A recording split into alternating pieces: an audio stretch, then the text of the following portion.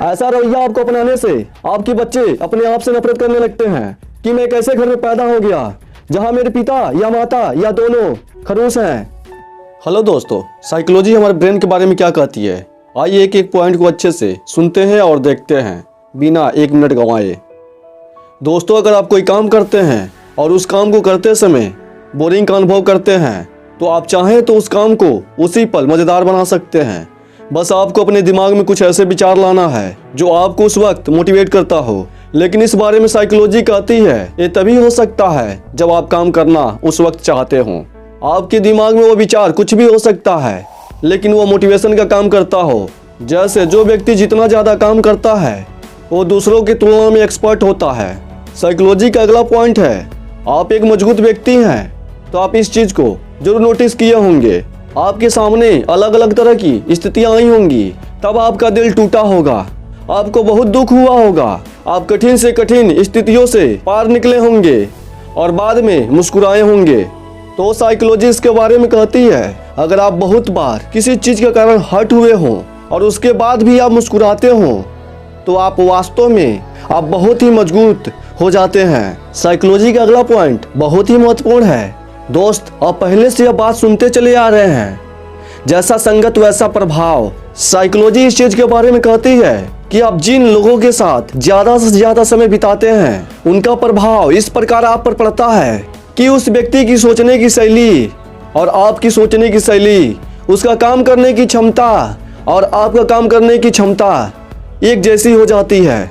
अगर दोस्तों आप कोई बड़ा ड्रीम रखे हैं तो आप वैसे व्यक्ति की संगत करें जैसा आप बनना चाहते हैं। इसका अगला पॉइंट देखने और सुनने लायक है।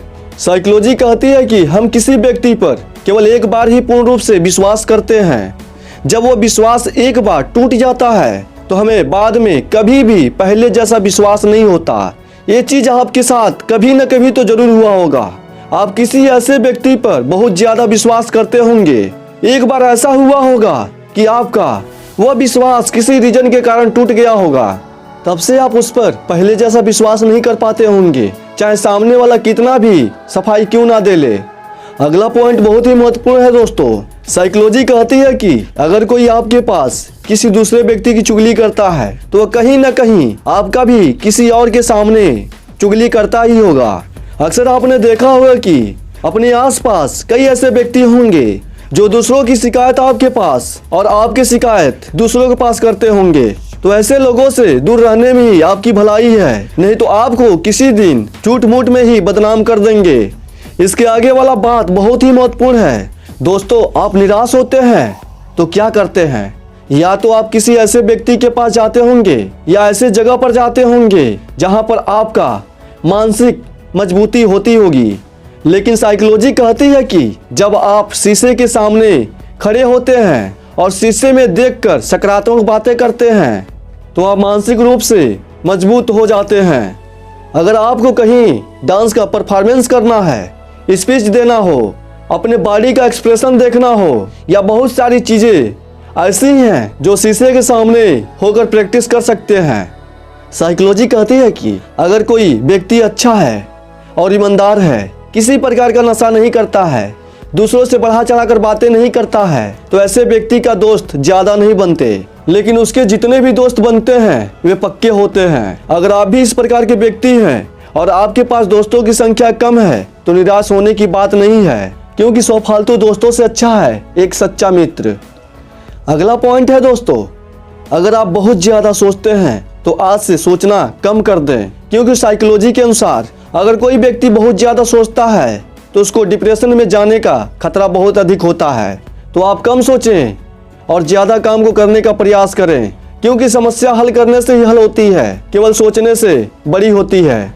इस वीडियो का अंतिम पॉइंट और पेरेंट्स के लिए महत्वपूर्ण पॉइंट है। साइकोलॉजी कहती है कि कई गार्जियन ऐसे होते हैं जो बात बात में अपने बच्चों पर चीखने चिल्लाने लगते हैं, उन पर आंखें लाल करने लगते हैं, उन पर हर बात पर क्रोधित हो जाते हैं और बच्चों को हमेशा अपने हिसाब से चलाने का प्रयास करते हैं, तो वे उनके साथ गलत करते हैं।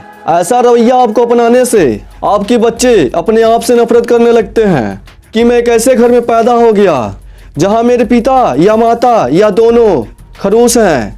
तो आप एक पेरेंट्स हैं तो डांटना गलत नहीं है, लेकिन अति करना गलत है। और कभी कभी आपको अपने बच्चों के नजरिए से भी देखना चाहिए, ताकि आपको उसकी स्थिति के बारे में समझ हो पाए कि मुझे इस समय इसके साथ किस प्रकार का बर्ताव करना चाहिए।